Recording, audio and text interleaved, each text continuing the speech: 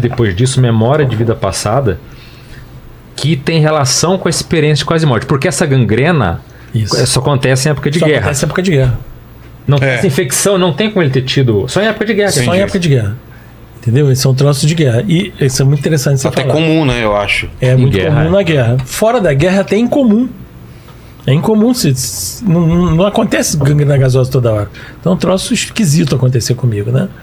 Então, eu tenho um holopensene disso. A vida crítica minha... Conjunto de ideias. Tem várias coisas, mas a minha vida crítica, 2.300 anos atrás, eu era um general cartaginês.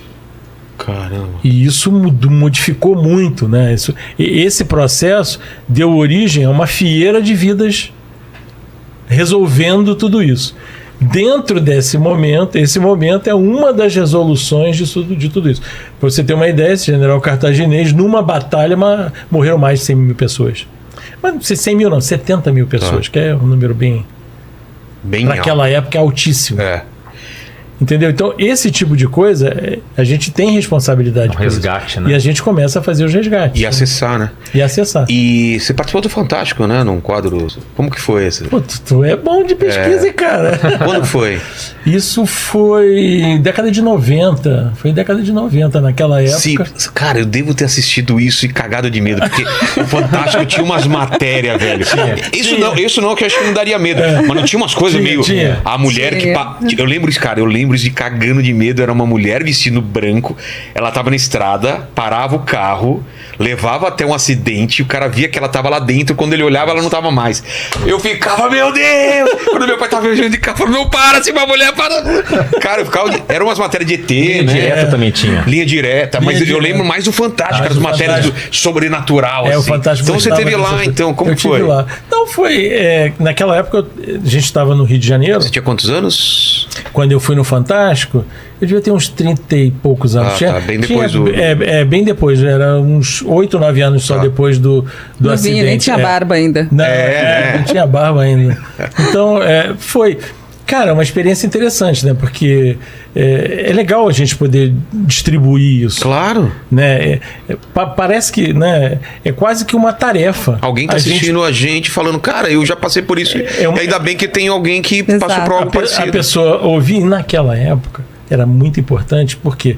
Porque as pessoas morriam de medo, que nem você está falando. E se eu falasse sobre essa experiência em especial, porque eu não falei. Tá.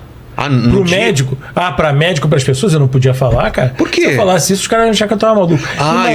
Dá uma injeção aí que ele tá alucinando. Não, eu falei que eu peguei a ideia do negócio, que eu peguei a ideia da coisa. Então eles começavam a brincar comigo. Os médicos brincavam muito comigo. Falavam, isso aí é coisa da anestesia, Mas o cara, como que foi a anestesia se você acordou ali? Aí teve uma outra também, numa das cirurgias que eu fiz, foram várias cirurgias, teve uma que eu saí e vi o tênis em cima do... esse episódio é fantástico. Em cima do hospital, sabe?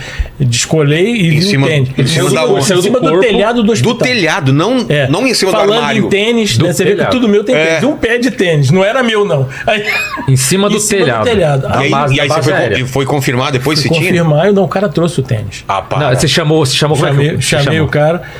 E o cara foi lá e o cara trouxe o tênis. Aí fica difícil de dizer que aquilo foi só uma alucinação. O médico até falou, né? Não, se você trouxesse tênis, eu vou ficar perturbado. Sério? O médico falou. O médico todo... Aí ele chamou o ajudante, o cara foi lá, achou o tênis exatamente como ele escreveu. Eu queria que o Sacani fosse buscar o tênis, porque ele é todo cético, não era que tem nada. Aí o Sacani fala, agora... Ficou difícil. Né? Então, essas situações...